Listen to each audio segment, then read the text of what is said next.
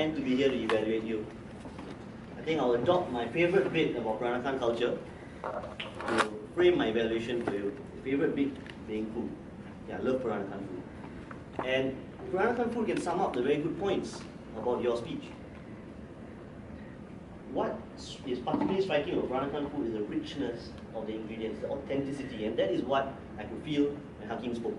It's completely natural, completely candid, and you knew that this was not a guy who was being artificial about how he portrayed himself. And that was remarkable. I think you deserve a round of applause for that. For your natural delivery. What Hakim excels at is his comedic timing. It's naturally and effortlessly funny.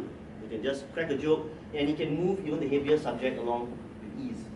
And that's what he did. He did that with starting with a story. One of my favorite styles. People remember stories, not facts. And what you did now effectively helped us understand the overlap between Chinese and Malay culture in the form of Peranakans. Something that a lot of our foreign students would have learned until today.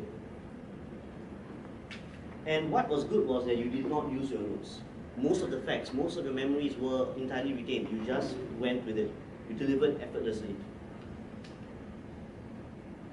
And one thing I particularly liked was the use of hand actions.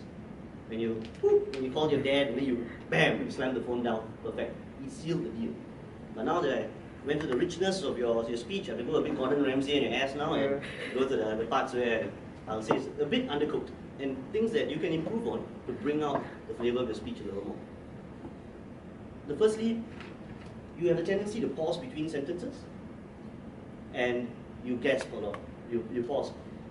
So, and then you take breaths. So I don't think you're particularly exhausted, but I think it's your way of filling in time and just to kind of lengthen your speech process. So take the time. Time is not your enemy when you're giving a speech. Time is your friend.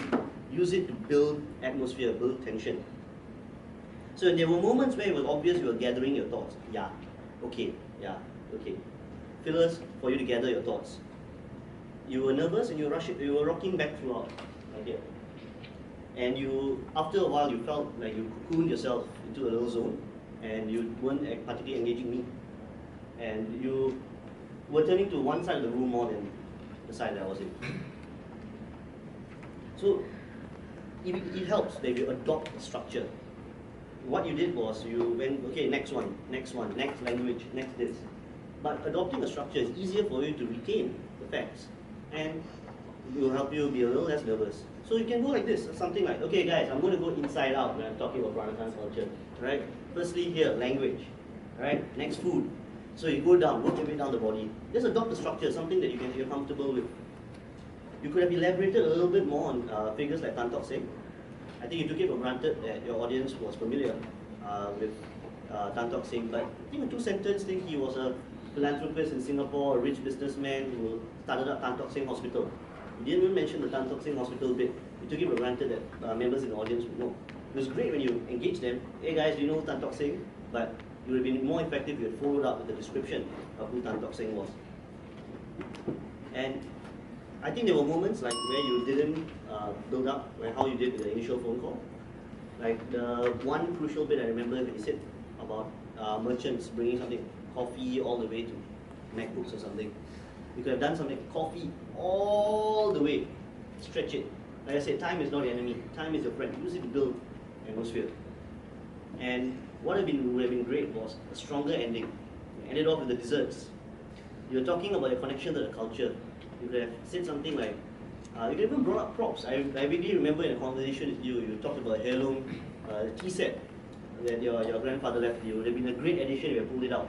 And then you could have talked about, and till this day, even though I discovered very late in my life that I'm Peranakan descent, it still shapes a lot of my identity, and I feel a very strong connection with it because it reminds me of my grandfather. But I ended it like that.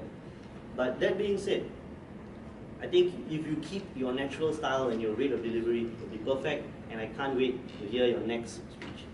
Thank you.